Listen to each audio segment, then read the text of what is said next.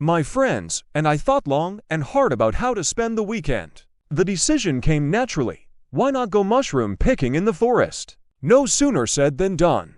Fortunately, it was the perfect season for mushroom pickers. So, early on Saturday morning, we found ourselves in the forest. We spread out, agreeing to periodically give each other voice signals. From the very beginning, I had no luck, as if the mushrooms, seeing me from afar, scattered and hid. But then a clearing appeared before my eyes. It was small, I would even say tiny, surrounded by trees. To the left of the clearing, I noticed a pile of branches, twigs, and fallen leaves, which for some reason immediately struck me as strange. It was too neat, as if it had been made artificially. However, I didn't have time to think about that, because under one of the trees, I saw the coveted mushrooms. The same wonderful find awaited me under the second tree, and under the third. Having gathered everything I could, I moved on, but after a few minutes, I somehow found myself back in that clearing. Like most city dwellers, I am not a very experienced mushroom picker, so I attributed my return to that. I thought about this a third time when, inexplicably, after circling around again, I found myself back at the same spot. However, when this happened a fourth time, I wanted to curse, loudly and profusely. In order not to disturb the silence of the forest, I restrained myself and prepared to leave again.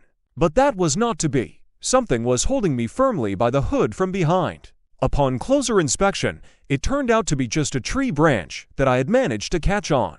I remembered that my older sister had jokingly said something about how if this happens, you shouldn't rush to leave. You've definitely forgotten something.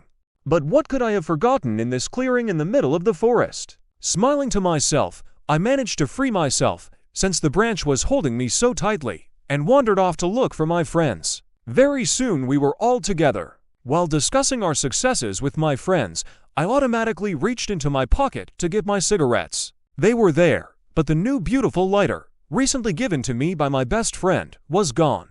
As the only smoker in the group, I knew very well that no one would be able to light up, and I had no desire to leave a gift dear to my heart in the forest. There was nothing else to do. I asked the guys to wait, and went in search of the lighter. For some reason, my first thought was that I had lost it not just anywhere, but in my favorite forest glade.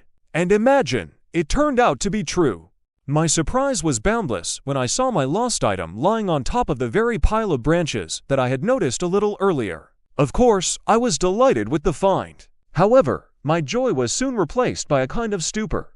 How could I have dropped the lighter in that place? After all, I hadn't even gone near that pile. Deciding to ignore this fact, I bent down to pick up the item, and only then did I see something I will probably never forget.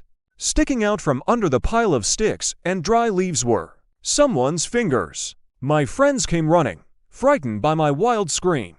Everyone gathered around the horrific discovery in bewilderment. Finally, Vitek, the most decisive of us, pushed the branches aside.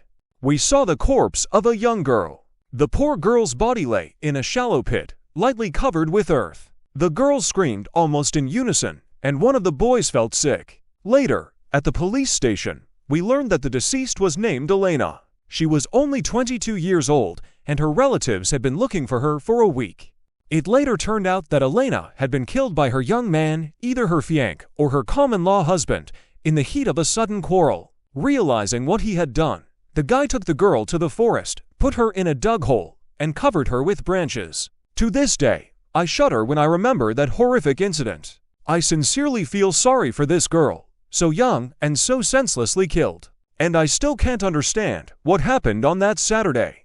Were these just coincidences, or was it the deceased Elena asking not to be left alone in the cold autumn forest?